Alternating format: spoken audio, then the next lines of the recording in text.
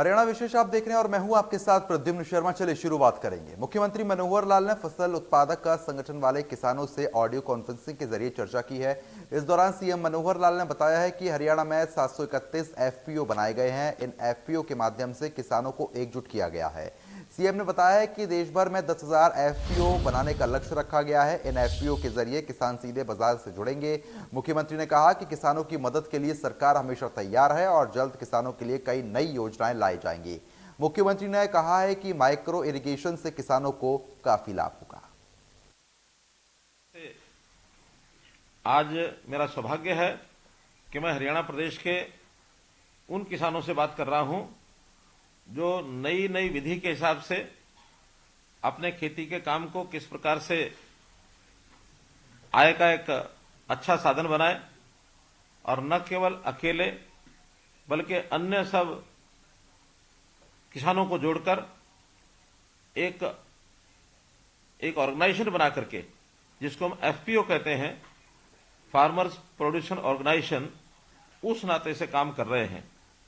इस प्रकार के हरियाणा में 731 एफपीओ ये बने हुए हैं। केंद्र सरकार की और हरियाणा सरकार की एक मिलीजुली स्कीम प्रधानमंत्री जी ने फरवरी 2020 में इसकी परिकल्पना की थी और उस समय से लगातार एफपीओ की संख्या में ये वृद्धि हो रही है। देश भर में 10,000 एफपीओ बनाने का लक्ष्य रखा गया था, जिसमें से मैंने बताया कि 731 एफपीओ हरियाणा के किसानों ने इस योजना को अपनाते हुए बनाए हैं। वैल्यू एडिशन करके किसान की आय डबल करने में ये बहुत बड़ा एक साधन जो है ये बना है और इस नाते से संरक्षित भंडारण करते हुए और हम लोग जो सफल किसान हैं उनके साथ आज हम जुड़े हुए हैं।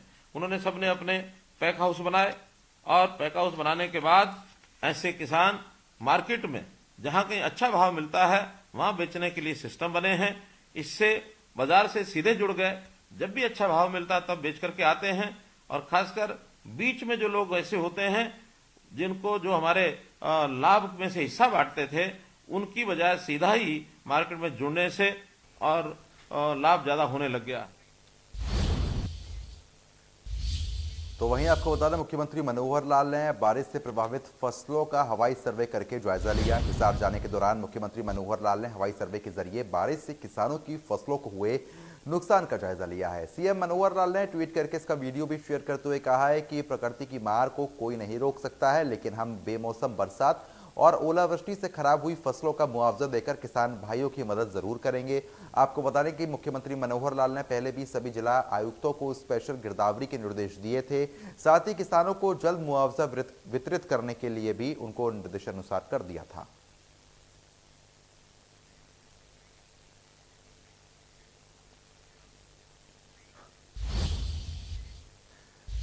तो आगे बढ़ते हैं, आपको बता दें कि बारिश और ओलावृष्टि से खराब हुई किसानों की फसलों के मुआवजे को लेकर डिप्टी सीएम दुष्यंत चौटाला ने कहा है कि सरकार की ओर से स्पेशल गिरदावरी के निर्देश दे दिए गए हैं। वहीं कैबिनेट मंत्री रणजीत सिंह और बनवारी लाल ने भी कहा कि सरकार किसानों के नुकसान की पूरी भरपाई करेगी। सुनिए। कल ओलावृष्टि और हुई है, बारिश और हुई है। जैसे ही इनकी रिपोर्ट्स बनेगी सरकार इनके कॉम्पेंसेशन का जो पैसा बनता है दे देगी। खास तौर पर पहले सिरसा जिले में नील रिपोर्ट आई थी। सिरसा जिले में कल भारी रतिया हल्के में और अन्य क्षेत्र के अंदर दवाली के भी बहुत ज़्यादा ओलावृष्टि हुई है। उसके लिए भी सिरसा डीसी को हमने डायरेक्शन दे दी। जो राजस्थान के झुंझुनू के लगता हुआ 7 का जिला था हमारा, महेंद्रगढ़ का एरिया और भिवानी का एरिया, वहाँ भी बहुत ज़्यादा ओलावृष्टि हुई है। उनके लिए भी डिप्टी कमिश्नर को दोबारा हिदायत दे दी गई है कि इस ओलावृष्टि और बारिश को भी अपनी रिपोर्ट में शामिल कर सकते हैं। मैं समझता हूँ जी कोई बचा ही नहीं, कोई कह ही नहीं सकते। जब बचा ही नहीं तो उसमें क्या आकलन हो। मतलब आप इसे 90 कह दें, 100% कह दें, सब तबाह है। और आप खुद मीडिया वाले देख रहे हैं, सब एकदम पूरा, मतलब कोई बूंटा ही नहीं खड़ा नजर आ रहा। पूरी गेहूँ खत्म हो गया पूरा। आपका लोगों ने यहाँ सब्जी बहुत बेचते हैं, अच्छा इलाका है, सबसे पूरे हरियाणा में सबसे बढ़िया इलाका है। यहाँ मिर्च नहीं बची, ना शिमला मिर्च, ना लोकल मिर्च, ना भिंडी, ना चपन कद्दू, जो सब्जियाँ थी वो सारी तबाह हो गई।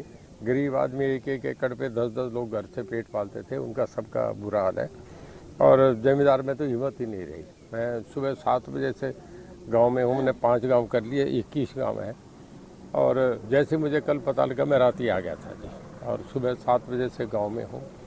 जमींदार की बुरी हालत है, मन टूटे हुए हैं और हमारी कोशिश है, सब अधिकारी साथ हैं, हमारे तहसीलदार साहब, नायब तहसीलदार, BDO ऑफिस से, एग्रीकल्चर ऑफिस से पूरा खराबा है, पब्लिक रिलेशन डिपार्टमेंट के लोग भी साथ हैं कि 100% उन्हें मुआवजा दें और स्पेशल गिरदावरी कराएंगे। मेरी रात CM साहब से भी बात हुई, वो भी कहने कि नहीं, आप मौके पे जाके लोगों को हिम्मत दो, हौसला दो, सरकार उनके साथ है। मैं समझता हूँ जी कि पहले भी मैंने बताया आपसे, ये 90% 100%, जब 90 से ऊपर हो जाए तो नुकसान ही नुकसान है, मतलब कुछ बचा ही नहीं, एकदम सारा साफ हो रहा है। किस प्रकार राहत देगी सरकार किसानों को? देखिए, तुरंत अपने बीमे वालों से भी कहा है जिन्होंने बीमा कराया, क्योंकि कई गाँव में लोगों को पता नहीं होता, वो 3 दिन में अपना क्लेम दायर करें, नहीं तो फिर उन्हें दिक्कत हो जाती है।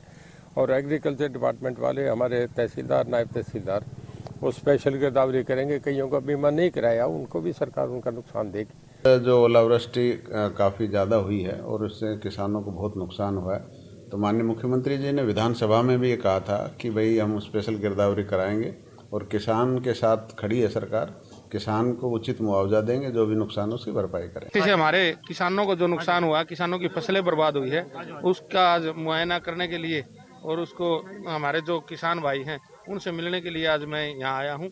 हमारा ये जो विधानसभा क्षेत्र बारडा विधानसभा क्षेत्र पड़ता है, तो श्रीमती नैना चौटाला जी ने, डॉक्टर अजय सिंह चौटाला जी ने, ऋतु सिंह चौटाला जी ने मेरी जिम्मेवारी लगाई है कि यहाँ जा करके उनका एक बार किसानों की जो फसल बर्बाद हुई है उनका मुआयना करके, और उनकी हमारे अधिकारीगण SDM साहब और तहसीलदार साहब, हमारे जिला प्रधान नरेश द्वारका जी, सारे साथी साथ आए हैं, तो इसका मुआयना करके इसकी सही रिपोर्ट भेज करके इनकी भरपाई करवाई जाएगी। नुकसान काफ़ी है और बहुत ज़्यादा नुकसान है।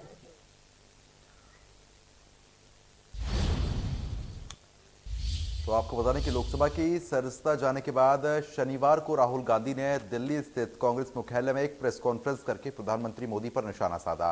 राहुल गांधी ने कहा कि उनके अगले भाषण से डरकर ही उन्हें अयोग्य किया गया है, लेकिन कोई भी ताकत उन्हें चुप नहीं करवा सकती। फिर मेरी स्पीच को एक्सपंज किया गया। मैंने स्पीकर को डिटेल चिट्ठी लिखी, पॉइंट बाय पॉइंट, कि मैंने कहा कि एयरपोर्ट्स अदानी जी को रूल बदल के दिए गए हैं, ये लीजिए रूल की कॉपी जिसको बदला गया है। चिट्ठी लिखी, कोई फर्क नहीं पड़ा।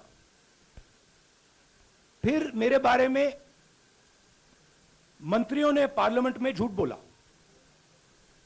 बोला कि मैंने विदेशी ताकतों से मदद मांगी। मैंने ऐसी कोई बात नहीं की है। मैंने कहा स्पीकर से, मैंने जाके कहा, स्पीकर सर, पार्लियामेंट का नियम है कि अगर किसी मेंबर पर कोई एक्यूजेशन लगाता है तो उस मेंबर को जवाब देने का हक होता है। मैंने एक चिट्ठी लिखी, उस चिट्ठी का जवाब नहीं आया। दूसरी चिट्ठी लिखी, उस चिट्ठी का जवाब नहीं आया। फिर मैं स्पीकर के चेंबर में गया। मैंने स्पीकर सर से कहा, स्पीकर सर, ये कानून है, ये रूल है, इन्होंने झूठा आरोप लगाया है, मुझे आप बोलने क्यों नहीं दे रहे हैं? स्पीकर सर मुस्कुराते हैं, कहते मैं नहीं कर सकता। मैंने पार्लियामेंट हाउस में प्रूफ देके, जो मीडिया रिपोर्ट से मैंने निकाला, अदानी जी और नरेंद्र मोदी जी के रिश्ते के बारे में डिटेल में बोला। रिश्ता नया नहीं है, रिश्ता पुराना है। जब नरेंद्र मोदी जी गुजरात के CM बने थे, तब से रिश्ता है और उसके बहुत सारे पब्लिक प्रूफ्स हैं। हवाई जहाज में मैंने फोटो दिखाई, नरेंद्र मोदी जी बड़े कंफर्ट में बैठे हुए थे अपने दोस्त, अपने मित्र के साथ। पार्लियामेंट में मैंने दिखाई। यह सवाल मैंने पूछा। मैंने आप सब से काफी बार बोला है कि हिंदुस्तान में लोकतंत्र पर आक्रमण हो रहा है और इसका हमको हर रोज नए नए उदाहरण मिल रहे हैं। सवाल मैंने एक ही पूछा था,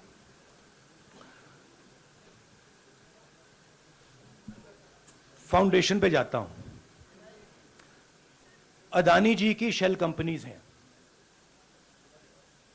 अदानी जी की शेल कंपनीज हैं, उसमें 20,000 करोड़ रुपया किसी ने इन्वेस्ट किया। अदानी जी का पैसा नहीं है, अदानी जी का इंफ्रास्ट्रक्चर बिजनेस है, पैसा किसी और का है। सवाल यह है, ये जो 20,000 करोड़ रुपए हैं, ये किसके हैं? ये सवाल मैंने पूछा। उनका देखिए, बीजेपी के नेताओं का काम यही है। देखिए, वो सब नरेंद्र मोदी जी से डरते हैं, कारण आप जानते हो। नरेंद्र मोदी जी ने कहा कि देखिए ध्यान हटाना है। वो सब जानते हैं अदानी जी और नरेंद्र मोदी जी का रिश्ता, सारे के सारे जानते हैं क्या रिश्ता है, सब जानते हैं, मगर डरते हैं। तो अगर नरेंद्र मोदी जी ने उनसे कहा कि भैया ध्यान उधर करो, ध्यान उधर करेंगे।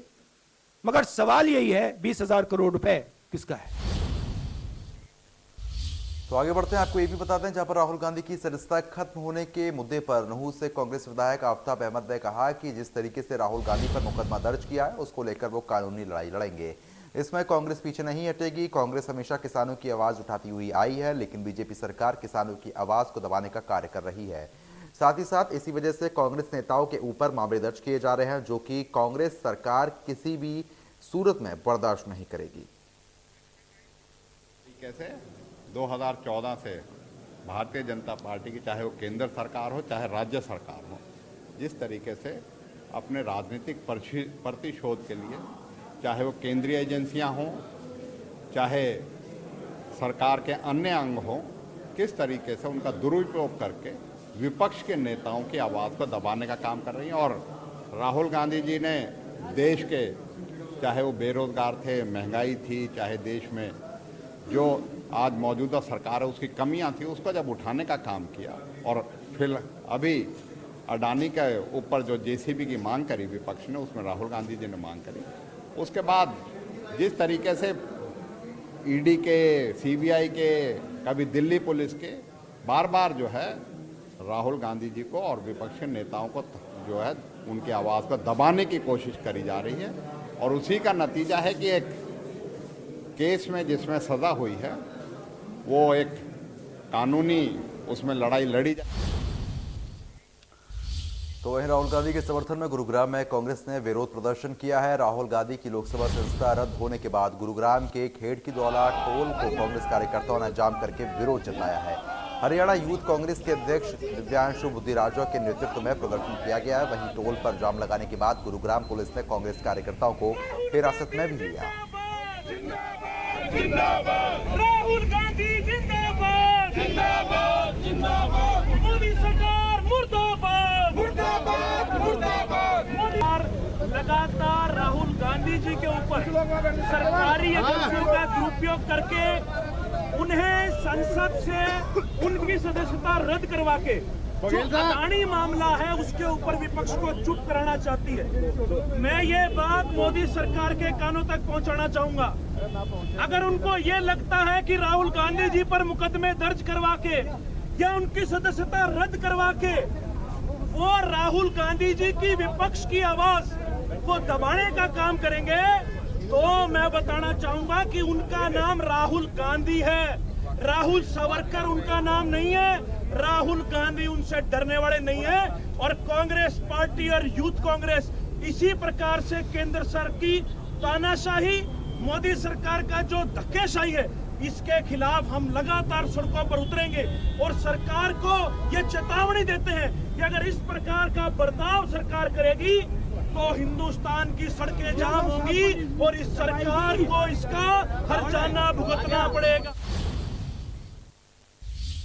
तो वहीं आपको बता दें कि राहुल गांधी की सजा और सदस्यता रद्द होने को लेकर दुष्यंत चौटाला ने कहा है कि राहुल को कोर्ट के फैसले का सम्मान करना चाहिए। वहीं ओपी धनखड़ ने कहा कि राहुल के भाषण पर अदालत ने उन्हें खेद व्यक्त करने का मौका भी दिया था, लेकिन उनका अहंकार बड़ा है, इसलिए आज उन्हें ये दिन देखना पड़ा। पिताजी और दादाजी को 10 साल की सजा कोर्ट ने दी, तो क्या वो साजिश थी?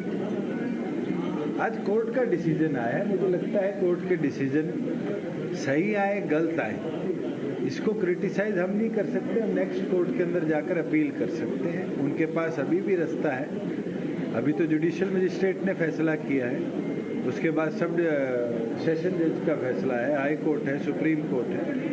मैं मानता हूँ कि जुडिशरी को इस तरीके से क्रिटिसाइज आज ये कर रहे हैं, ये अपने आप में जो इनके कार्य रहे हैं इतिहास में, ये अब इनको भी वही कार्य भुगतने पड़ रहे हैं। और आज कांग्रेस उस चीज पे मोहर लगा रही है। मैं तो ये मानता हूँ कि कांग्रेस ने मान लिया है कि उनके करे हुए कर्मों का फल आज उनको भुगतना पड़ रहा है। ये भारत में विधान बना है और इस विधान को 2 साल का होने में राहुल गांधी जी का भी बड़ा योगदान है। जब मनमोहन सिंह जी इसको 6 साल कर रहे थे तो राहुल गांधी जी ने कागज फाड़ा था, तब उनको ध्यान में नहीं होगा कि ये बात कहीं कभी जीवन में उन पर भी आ जाएगी। उन्होंने 2019 में कोलार में जो भाषण दिया, क्योंकि भारत की जो सामाजिक व्यवस्था है उसमें सरनेम बहुत महत्वपूर्ण है, उसमें सामाजिक समूह बहुत महत्वपूर्ण है, और किसी सारे को अगर आप किसी व्यक्ति को कहने के लिए किसी सारे को आप आरोपित करते हो या गलत कहते हो तो उसका बुरा माना जाता है। इसलिए उनको मौका भी दिया न्यायालय ने बार बार कि भाई आप माफ़ी मांग लीजिए, आप महसूस कर लीजिए, आप खेद व्यक्त कर लीजिए, लेकिन उनके अहंकार ने उनको माफ़ी नहीं मांगने। तो वहीं आपको बता दें कि बीजेपी नेताओं ने राहुल गांधी पर ओवैसी का अपमान करने का आरोप लगाया है। बीजेपी सांसद संजय भाटिया ने कहा है कि राहुल गांधी ने भी इस कानून का समर्थन किया था, जिस कानून के जरिए उनकी सदस्यता रद्द की गई। राहुल गांधी को सजा हुई है 2019 में उनके एक भाषण पर। आज राहुल गांधी ने क्या बोला, उनका कमेंट था, मैं सोच समझकर बोलता हूं। तो राहुल गांधी ने 2019 में जो बोला था वो सोच समझकर बोले थे। मैं उन्हीं की बात को कोट कर रहा हूं। और उन्होंने क्या कहा था, ये सारे मोदी चोर क्यों होते हैं? मोदी बिहार, पूर्वी भारत, पश्चिम भारत में पिछड़े और अति पिछड़े समाज से आते हैं, सबसे बड़ी संख्या। तो श्रीमान राहुल गांधी ने पिछड़े समाज का अपमान किया था पब्लिक मीटिंग में। आलोचना करने का अधिकार है, गाली देने का अधिकार नहीं है। और राहुल गांधी ने गाली दी थी, बेइज्जत किया था, बेबुनियाद बातें की थी। अहंकार या उनको अपनी गलती या कुछ उसमें दिखाई देता है, ऐसा मेरा मानना है। और ये पहला मौका नहीं है जब उन्होंने इस तरीके का कहा है। राफेल के ऊपर भी आपने देखा कि उनको माफ़ी मांगनी पड़ी थी। सुप्रीम कोर्ट की टिप्पणियां भी उनके खिलाफ हुई हैं कि उनको माफ़ी मांगनी चाहिए, लेकिन उन्होंने माफ़ी ना मांगते हुए अपने अहंकार को बरकरार रखते हुए जिस तरीके से वो आगे बढ़े हैं, उसका परिणाम वो भुगतने लगे। अदालत का दिया हुआ फैसला है, ये किसी पार्टी या सरकार का इसमें कोई हस्तक्षेप नहीं है। ये कांग्रेस और विपक्ष की हमेशा आदत रही है अपने हर बुरे कार्य के लिए दोष मोदी सरकार पर मढ़ना। ये पहले दिन से, जब से मोदी जी देश के प्रधानमंत्री लोगों ने बनाया है, तब से लेके आज तक मोदी गरीब घर से आया हुआ व्यक्ति, ओबीसी समाज का व्यक्ति, इनको हजम नहीं हो रहा है।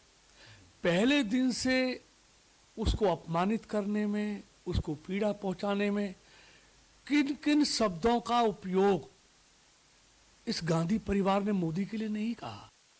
वो तो कानून अपना काम करता है और मुझे लगता है कि ये शायद राहुल गांधी जी ही थे जिन्होंने इस चीज़ का समर्थन किया था कि 2 साल की सजा वाले व्यक्ति की सदस्यता रद्द होनी चाहिए। मुझे ध्यान है इस बात का। अगर आप अतीत में जाएंगे तो इसी में पहले लालू यादव जी की सदस्यता रद्द हो चुकी है। तो कानून का अपनी प्रक्रिया है, डरना ही नहीं चाहिए उनको हमेशा सच बोलना चाहिए। लेकिन ऐसे किसी को डिफेम करना, किसी एक समाज को देना, मुझे लगता है वैसे भी शोभा नहीं देता किसी भी इंसान को। कोई, मैं समझता हूँ व्यक्ति के लिए बात वो कर सकते हैं, उनका अधिकार है। और लेकिन किसी समाज को आप उसमें कर दें, मेरे ख्याल आत्मचिंतन उन्होंने कर ही लिया होगा अब तक। वो कांग्रेस क्यों डरेगी, डरना भी नहीं चाहिए उनको, लेकिन आत्मचिंतन जरूर करना चाहिए किसी भी समाज का नाम लेके, क्योंकि समाज का नाम, समाज सब परमात्मा का रूप होता है, समाज का नाम लेके किसी के लिए अपशब्द नहीं बोलने चाहिए। राहुल गांधी को तो फिलहाल जिस तरीके से आप सुन रहे थे, जहां पर आपको बता दें कि राहुल गांधी के ऊपर सभी लोगों ने प्रतिक्रिया यहाँ पर दी है। खबरों में आगे बढ़ते हैं। आपको ये भी बता दें कि रोहतक में जिला परिवेदना समिति की मासिक बैठक में उप मुख्यमंत्री दुष्यंत चौटाला ने शिरकत की। बैठक में 21 शिकायतों में से 14 का मौके पर ही निपटारा कर दिया गया है और एक स्कूल से संबंधित शिकायतों में शिक्षा विभाग के निदेशक को संबंधित ठेकेदारों पर कार्रवाई करने के निर्देश दिए हैं। एक स्कूल में ठेकेदारों द्वारा सामग्री के मानक सही नहीं होने पर शिक्षा निदेशक को ये निर्देश जारी किए गए हैं।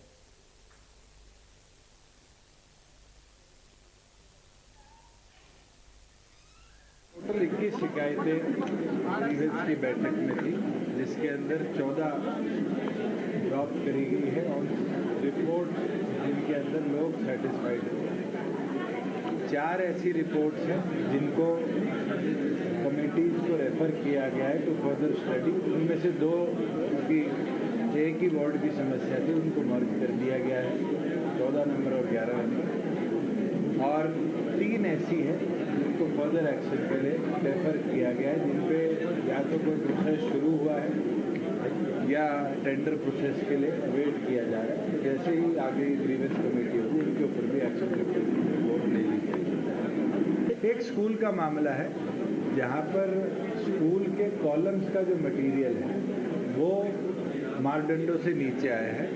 उसमें डायरेक्टर एजुकेशन को डायरेक्शन दे दी गई है कि जो अधिकारी और कॉन्ट्रैक्टर वहाँ इन्वॉल्व थे उनको इमीडिएटली तो वहीं हिसार के दौरे पर पहुंचे भारतीय जनता पार्टी के प्रदेश अध्यक्ष ओम प्रकाश धनखड़ ने कहा है कि केंद्र और प्रदेश सरकार ने अपने लगभग 9 वर्षों के शासनकाल में जन कल्याणकार की अनेकों योजनाएं शुरू कर दी हैं, जिससे हर नागरिक लाभान्वित हुए हैं। भारतीय जनता पार्टी हर माह 2 लाख लाभार्थियों से संपर्क करके योजनाओं के बारे में उनसे फीडबैक लेगी और उस फीडबैक को केंद्र और राज्य सरकार से साझा करके योजनाओं को बेहतर और किया जाएगा। वहीं उन्होंने कहा है कि हरियाणा सरकार ने फसल बीमा योजना के प्रारूप मेरा कार्यकाल में केंद्र सरकार को भेजा था, जिससे आज पूरे देश में ये लागू हो रहा है। हमने अब तक फसल बीमा योजना और आपदा प्रबंधन के लिए 8,800 करोड़ का मुआवजा किसानों को देकर उनकी चिंताओं को दूर किया है। राज्य सरकार की योजनाएं हैं, लाभार्थियों को संपर्क करके और उससे वो लाभान्वित हो रहे हैं। कोई कठिनाई आ रही है तो किस प्रकार की आ रही है, इस सब जानकारी का एक सर्वे भी इसके साथ साथ हर महीने हम मन की बात के साथ करेंगे। बहुत बड़ा नहीं रखेंगे, हर बूथ पर 10 लोगों से किसी एक प्रकार के लाभार्थी का प्रत्येक महीने में 2 लाख लोगों को अलग अलग प्रकार के लाभार्थी, जान लो चिरायु कार्ड है, आयुष्मान कार्ड है या उज्ज्वला गैस के लाभार्थी हैं, किसान सम्मान निधि के हैं, जो अलग अलग प्रकार के चीज़ें पहुंचाई हैं केंद्र और राज्य सरकार ने, ऐसे 2 लाख लोगों से हर महीने फीडबैक लेना और उस फीडबैक को फिर हम जहाँ केंद्र की स्कीम है तो केंद्र को, राज्य की स्कीम है तो राज्य को पहुंचाएंगे कि किससे उसमें और बेहतरी की तरफ। तो फिलहाल अभी के सिर्फ इतना ही, लेकिन खबरों का सिलसिला लगातार जारी है। बने रहिए हमारे साथ। नमस्कार।